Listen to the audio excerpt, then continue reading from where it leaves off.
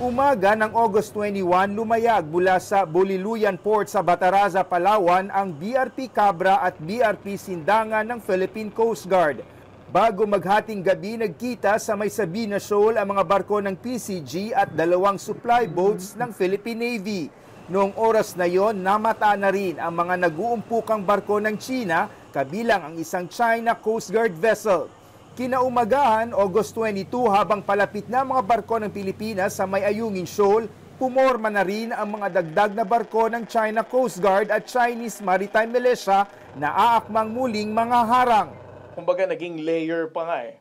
Kung ito ang Philippine Coast Guard vessel, tatlong layer yung ginawa nila. Para kang basically nakikipagpatintero. At gaya ng nakagawian, nagkapalitan ng radio challenge ang dalawang Coast Guard. This is Philippine Coast Guard vessel, Nag-16 na sa BRP Sindangan, MRRV 4407. You are sailing within Philippine Exclusive Economic Zone.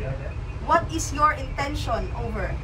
Philippine vessel, this is China Coast Guard vessel 5305. China has indisputable sovereignty over the Nansha Islands, including the Iris.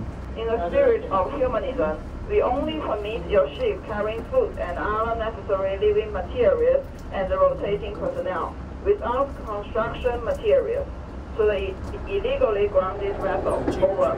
Ito rin ang linya ng Chinese Embassy. Hinayaan nilang dumaan ang mga barko ng Pilipinas bilang makataong gawa, bagay na mariing kinontra ng PCG. Kung totoo raw ang sinasabi ng China, bakit pinalibutan pa rin sila ng mga Chinese vessels bago marating nila ang Ayungin Shoal?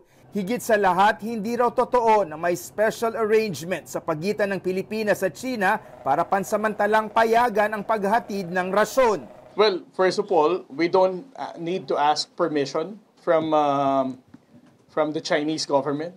As far as the Philippine government is concerned, Ayungin Shoal falls within the exclusive economic zone of our country. Sa 4 na barko ng Pilipinas, nakalusot ang 2 supply boats at nakarating sa Ayungin, kaya naihatid ang mga rasyon para sa mga tropa sa BRP Sierra Madre. The only reason why our 2 supply boats were able to enter Ayungin Shoal is because they outmaneuver etong 4 na China Coast Guard vessels. Because all of these 4 China Coast Guard vessels are all preoccupied in blocking the Philippine Coast Guard vessels. Maliban sa hindi na gumamit ng water cannon, ang China Coast Guard kapansin-pansin din na mas maliit ang mga pinadala nitong mga barko para harangin ang mga barko ng Pilipinas. They are losing the propaganda of the discourse, no?